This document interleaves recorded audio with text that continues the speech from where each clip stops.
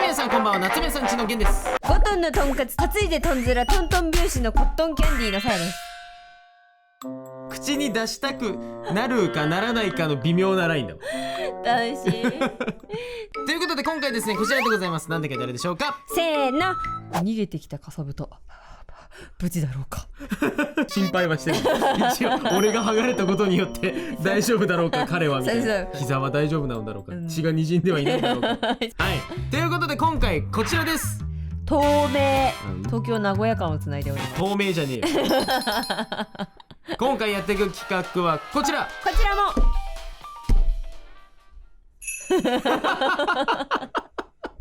ゲンさんの困った顔が見たいんだよな、なんかね、こういうことするとゲンさんがね、はってって顔するはいどうぞ。なんだっけ。いいよ、ほら今回タイトルコールなしでいくか。みんな何するか分かんないけど、ちょっととりあえずオープニング見てっていう状況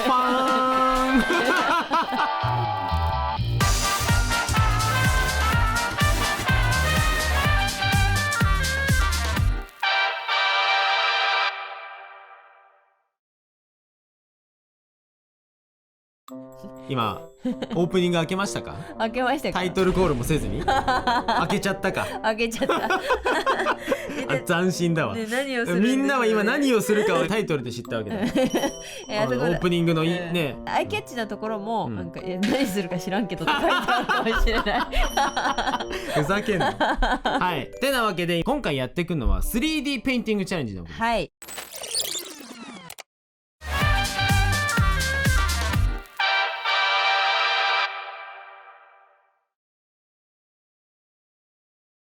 3D ペインティングいろいろやりましたね。なんか 3D っぽい話は。いやそうですよ。 3D ペンでうにょにょにょにょにょってやったり、うんち作ってみたりとかさ、あとはレジンをうにょにょにょにょってやって、その上にペタタタタって書いてうにょにょにょってやってペタって書いてを繰り返してやったなんて賢そうな説明、でしょ、誰にでもわかるで3D ペイント、今回実はレジンのやつに近いです、が誰もができる簡単な方法でやっていきたいと思います。あれ結構さ、なんか枠作って、なんか固めてレジン入れて書いて、レジン入れて書いて、まあ高え、お金もかかるし時間もかかるし、だけど 3D 構造で遊びたいぞということで、今回こちらでやっていきます。ドドンと思ったんだけど、ごめん今買ってなかったわ。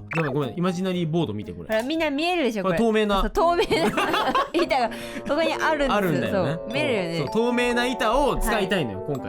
そう、漢検5級持ってる人だけ見える。漢字力で見える板がある。そう透明なアクリルボードに絵を描きますまず。でさらにその上には別のアクリルボードを作ります。でそこにも絵を描きます。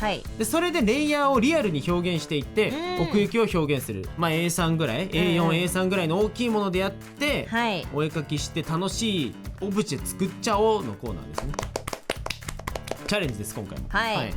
見栄えがどうなるかは知ったこっちゃないです。いや知ったこっちゃないとか言うと怒られます。なぜなら案件でございます。おめでとうございます。元気な案件です。というわけで今回なんと原神の案件でございます。ありがとうございます。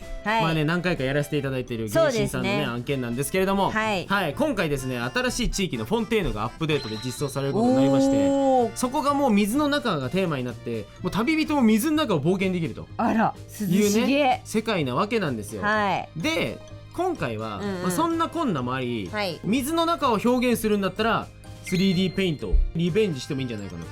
確かにね、みんなもできる方法でアクリル板だったらね、そんなにさコストもねかからないし、早速まずはデザインやっていきたいと思います。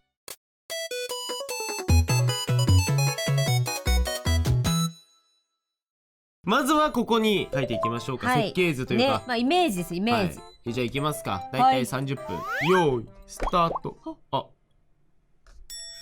道仲間たどり着けなかった。よしじゃあ行きましょう。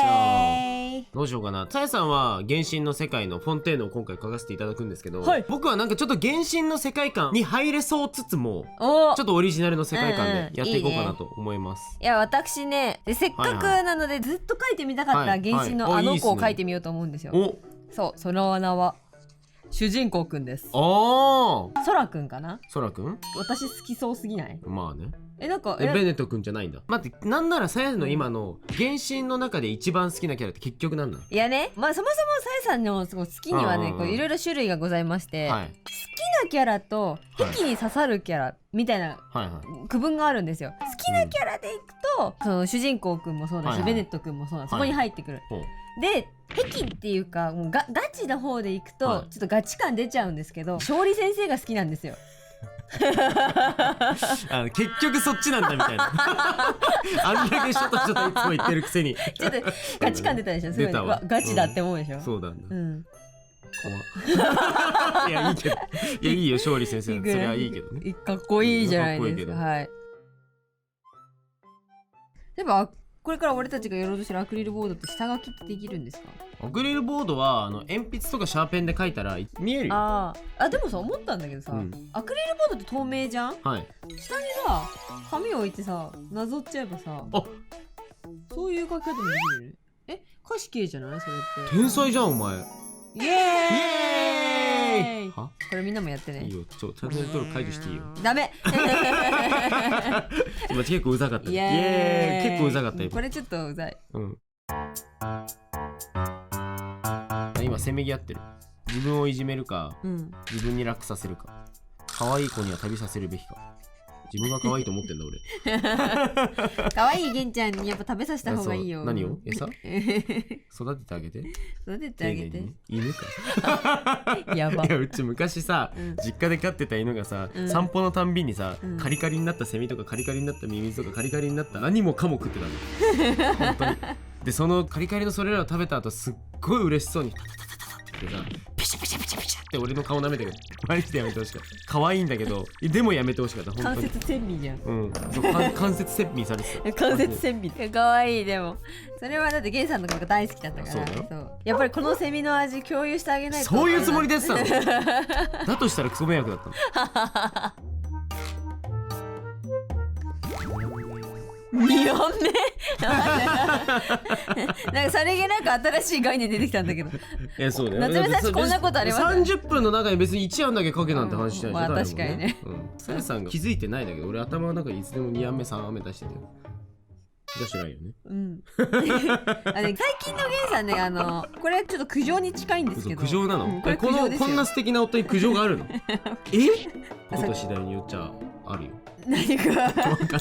何があるんですか？一旦戻しとこうかなと思って。一旦戻し悪質さ、頭の中で会話してるんだよね。そう例えば一番最初の会話が、今日の晩ご飯何にするみたいな会話だとするじゃん。ラーメンもいいよね、なんかハンバーグもいいよねみたいな話をしてます。で次の話題に移ってじゃあ好きな漫画の話をしてるとするじゃん。でその2つの会話が終わったとしばらくマイペースに過ごしてたら、急にゲンさんが急にだよ、そうだよね餃子もいいよねみたいなこと言い出すのよ。ゲンさんの中ではその2番目の会話が終わったところで頭の中のさやさんとずーっとさ1番目の会話をし続けてるのよ。でも現実のさやさんはその話を聞いてないから急に餃子の話を振られてるのよ。っていうことがありまして、ゲンさんと話すね臨機応変な対応がね求められてるのよ、さやさんいつも。まあ妻だからね。それぐらいは。いや効率いいんだよそっちの方が。だから頭の中でサイエンとひとしきり会話終えとけばいいじゃん。そうだよねっていうところから始めた方がサイエンとの会話スムーズじゃんっていうあれだと思う。多分究極の効率中だと思う。究極のバーチャルさやさん。そうバーチャルさやさん。ゲンさんの中でさやさんはもうバーチャルになってしまっている。それだけ理解してるってことじゃない。やっぱ素敵な夫じゃん。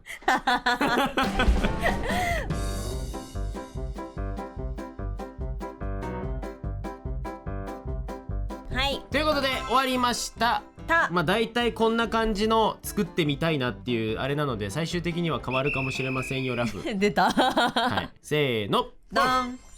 はい、おー、確かにこれなんかあったじゃん、昔以前こんなん書いてたじゃん。でもなんかこんなでっかいキノコとかじゃなかった。そう、以前は普通に町だったね。だけど今回そのさやがフォンテーヌを書くということで、僕はなんか自分の世界っぽく原神の世界にも馴染みそうなオリジナルね書いてみようかなっていう。原神にはスメールっていうね、その森がある地域があるんですけど、そういうとこの雰囲気出しつつ、オリジナルのなんかね、旅してる感じの急に語彙力がなんかこう手前にキャラがいて、でそのもっと手前に植物があって、奥にキノコのなんか建物があって、奥にさらに建物あって植物あってみたいな奥行きが出たりするといいなっていうのと、はい。でこちらは、はい、これなんかあれです、遺跡っぽいところの中があって、奥の建物遺跡があって、手前になんかこう窓枠みたいな、そう遺跡の外から、もう今からもうすぐ遺跡のこの枠から出るとみたいな感じ。これも可愛いね。以前の 3D ペイントのレジンだと予算の問題もあるんだけど、レジンで奥行きをガツンって出すのって結構むずいわけよ。厚みを超出さないと横から見た時の奥行きって本当にビビたる奥行きみたいになっちゃうんだけど、今回距離出せるわけじゃん、はい、っていうのがあって、奥行きもっとどんどんって出るといいなっていう。まあでも全然違うのになる可能性あるんで、はい、話半分に聞いといてください。でもさやのめっちゃいいね。はい、まあこの主人公のそらくんがなんかこうフォンテーヌの中、これフォンテーヌの中歩けるじゃないですか普通に。そうですね、今回は水の中を探索できるので、いやだけどこれちょっと水っぽさを出したいので、なんかこう目の前にあるアイテムをこう取ろうとした時に、こうちゃんと水の雰囲気を体が感じているみたいな。でこれ魚です。このなんかこの急に時間ないから急に魚適当なの。これなんかシミみたいなやつ。でもさ、前回のさやが描いた 3D ペイントもなんか水の中だったよね、そういえばね。いやそうなんですよね。多分リベンジします、はい、ちょっとねあの時もね絵の具に手こずったので、そう挑戦です。これ挑戦、はい、この挑戦の拳を見てください。自信ないな。この挑戦の拳です。なんかいたぞ今。はい、いやでもいいですね、楽しそうね。楽しみ。これはちょっと早速じゃあ今からアクリルボード買いに行って早速書いていこうと思います。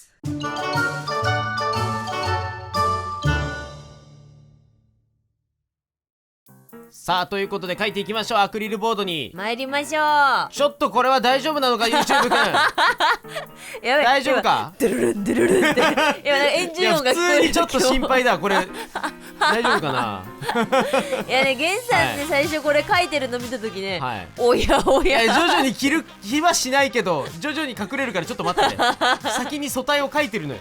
でもね、びっくりしてたもん。タイムラプス始まって書いていこうと思いますね、これだからね。いやもうちょっとね、こんな感じなんですけど、ちょっと怪しげな惑星に立つ少女みたいな、少女でもねえか、女性というか、そういう神秘的な感じにしたくて、やっぱこの立体的に表現したかったんで、といえばやっぱり白髪でしょっていう話になってるんですね。銀髪というか。いやでもね、顔すごく可愛いしっていうか、もともとの絵よりは可愛く、可愛くというか美人系にしましたね。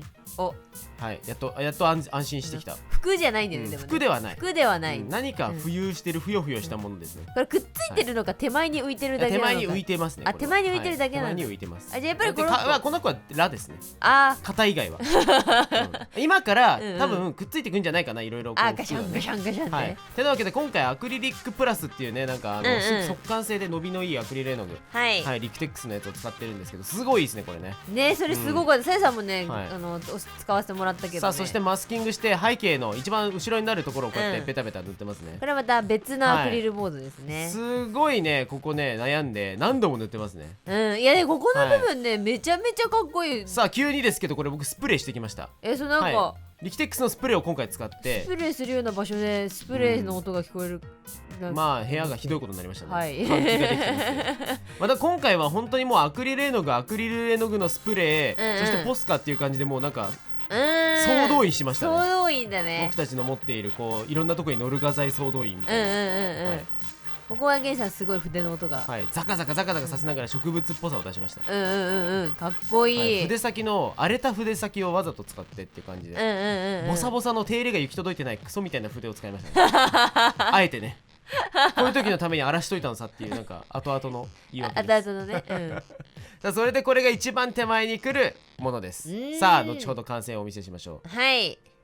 お次はさやさんですね。来ましたね、はい、本編原神なんで今回そうなんだ、原神案件なんでここ見せてくださいよ。はい、というわけでね、さやさんまずねそらくんから書いていくわけなんですけども、これはフォンテーヌの水の底ですかね。そう一応ね、そこに向かってこうダイブするというか、そこ冒険中の感じで書きたくて、いいですね。この下にこのゲンさんもやってたけどね、印刷した紙を敷いて、それをこうなぞるイメージでやるんですけど、なぞるとなんかね消えるんですよね、下の見えなくなっちゃって、どうしてるか分からなくなっちゃってでも意外と下に置いといてもさ書けるんだなって思ったよね。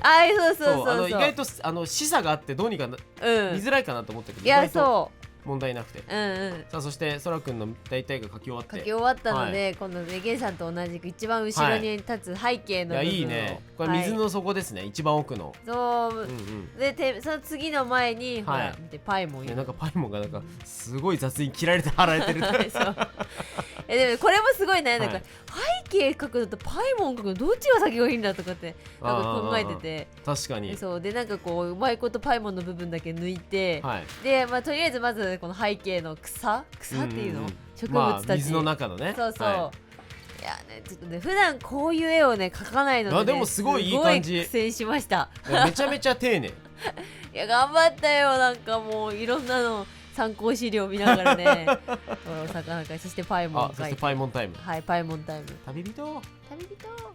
でね、パイモンもねやっぱこう、水の中だからちょっとこう光のさ当たり方が変わるじゃないですか。こうなんか全体的にさこう青っぽい光になるのかなみたいなとかで、それもすごい挑戦で、でも青くしすぎるとって感じもある。そうなんかねやっぱね苦手なアクリルかつ、なんかこう普段やらない色の使い方とかをねすごい試行錯誤して、いいと思います。でも今回だから意外と挑戦だったよね。この挑戦がちゃんと実るのか 3D になるのか、本当よ。この後ご覧ください。頼む。さあということで終わりました。やっと。これ隠れてる？全然隠れてないです。隠れてますよね。全く隠れてません。ということでアクリルボードに 3D アート、せーのドン。うわー、いやこれは面白い。いやなんか奥行き感よりすごくない？そう、レジンの時よりも奥行きがすごいんじゃないですかこれは。しかもなんかこう1枚ずつあるからさ、奥にこうね影とかがねすごくはっきりつきやすいんだよね。そうなんですよね。で今回じゃあさやの方がこちらはこちらはいそれではさやさんのライトアップ。ライトアップしてる。パイモンにめっちゃ影落ちてる泡のちょうど。確かに。いやでもまあこれもね、これもフォンテーヌらしさというところじゃないですか。確かにね。これめっちゃいいね。じゃじゃーん、これはフォンテーヌにね、これ冒険中のそらくんでございますよ。いやこれは面白いな。いやね、これ大変だった。何が面白いってね、今さやさんが大変だったとこ申し訳ないんだけど、ゲンさんピント合わせるの大変です。いやこれ面白いの、本当に見てて。これ今泡にピントが合ってんのよ。で泡にピントが合ってて主人公。ほら。しかもちゃんと手前の泡がボケてる。そしてパイモン。うわでこんな感じで覗けるわけですよ後ろ。いやそうなんよ。で後ろのね、ちょっと覗きすぎると後ろ海が何もないみたいな、ちょっとゲームで作ってない部分みたいになっちゃう。やめて。いやいいね。ねえ。うわ面白。これ逆から見ると全然違いますから、ちょっと逆いきますよこのまま。ほら逆から見るともう見えるものが全く変わるのよ。でしかもこの光の位置を動かす影が変わるから。いや面白いですねこれ。ちょっと水の中感出ました。いやちゃんとフォンテーヌじゃないですかこれは。やったー、ありがとうございます。そしてそして僕の方はこちら。ゲンさんのかっけー。なんか森にするとか言ってた気がするよね。もう森とはわかんない。他の星ではここが森かもしれない。確かにその説はある。この子が住む星では、奥にあるなんかね触手のようなこれは森かもしれないし、そうね、この手前にいるなんかすごいつぶらな瞳の彼らはこの世界のウサギさんかもしれないし、かもしれないよな。ね、やっぱりねこう常識を疑っていかないと。誰だろうね、原神の世界観にありそうなもの描こうっつったらさすがにないわ。というわけで今回はもうねだから僕こんな感じなのでめちゃめちゃかっこいい。なんかさ結構やっぱこれも奥行きで、でちょっと上からライト照らすと顔が照らしてみますよ。せーのパチ。なるほどね。これさ奥がさ奥の空がさ緑なのがかっこいいんだよ。そう今回ちょっとね緑空でね怪しさを出したいなと思って、後ろの謎の月みたいな赤い月みたいなところに緑色の空という感じで、こんな感じで後ろを見せてるとやっぱり手前にピントが合ってないんで面白いですね。で手前に合わせると。あ、女の子がねはっきりと。で今回2人ともアクリル絵の具使ったんですけど、こちらの画材ですね、はい、リキテックスガッシュアクリリックプラスってやつですね。プラス、はい、これがめちゃめちゃ良くて、めっちゃマットなのに伸びがいいみたいな。いやそうなんか伸びの良さがすごく良くて、ずっと気になってた画材だったんで僕今回買ってみたんですけど、そうでゲイさんがやったよやったよって言うから分かったって先に使っといた。さやが先に使ってました。そうで今回これでやったんですけど、よかったね。ね、一個面白いこと考えたんだけどさ、はい、僕とさやのキャラクターだけ入れ替えるのとめっちゃおもろくない？おもろ。ちょっと待ってね、ちょっと見てみたいんだよなそれを。さあということで、はい、これ面白い。人がいなくなってるのおもろくない？みんなこれ写真撮影するとこみたいな、ね、フォトブースみたいになってるわ。なんかねじゃあ僕のこの子を入れていただいて、この原神のフォンテーヌの世界にごめんなさいね、お邪魔します、ね、お邪魔します。おお、あ、おもろあ、おもろこれ人魚みたいになったね。ね、なんかね、このなんか服の薄い感じが、水の中の意味合いが変わってくるな。確かに泳いでるから着てないだけであって。いいね。急にちょっとパイモン先輩と浮いてますけどごめんなさい、ね、すいませんね。じゃあこっちちょっと入れてみますか。最後はい、ちょっと怖いところにちょっと冒険に出ていただく感じになるんですけど、そんな世界は原神にはないんですよ皆さん。行っていきます。うわー、これはこれでなんかすごい襲われてる感すごい。なんかね、追われてるよね。めっちゃ後ろのやつ追われ逃げてるこれ全力で。しかもここに泡があるんだみたいな。水の中なんだここみたいな、なんか恐ろしさあるわ。確かに。いや面白いなこれ入れ替えたりしても。入れ替えるの面白いね。でこちらあとはですね、これ世界に合わせて僕の方は赤い月が出てるので赤い照明、こんな感じになります。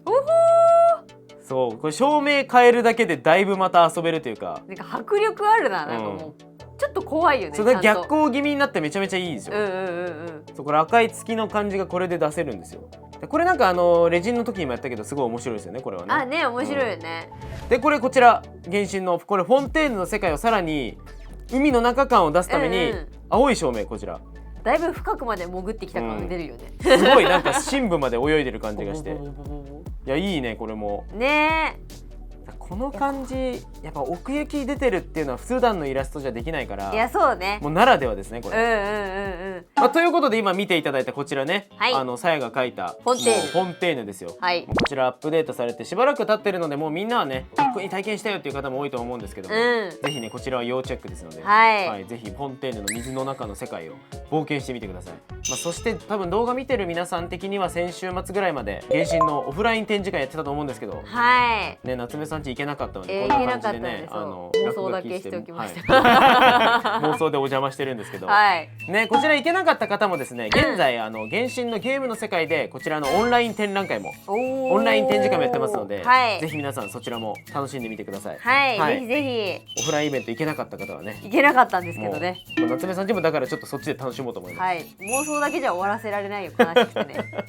さあというわけで今回、この水の中の世界を表現するためにレジンよりも安価に 3D ペイントアートやってみたんですが、皆さんもぜひこれね、このサイズでやると結構大変だから、ちっちゃいのでもいいし、そうね、アクリルボード何枚か集めて、でもこれホームセンターとかで、そうだね、これ切ってないサイズでホームセンターで30センチ ×30 で売ってて1枚1500円ぐらいだったから、いやそうだね、まあまあ高い。でっかいからこれはちょっと高いけど、もう少しね小さいサイズでやったらねいいと思います。ちなみにこの厚さをレジンでやると多分10万ぐらいです。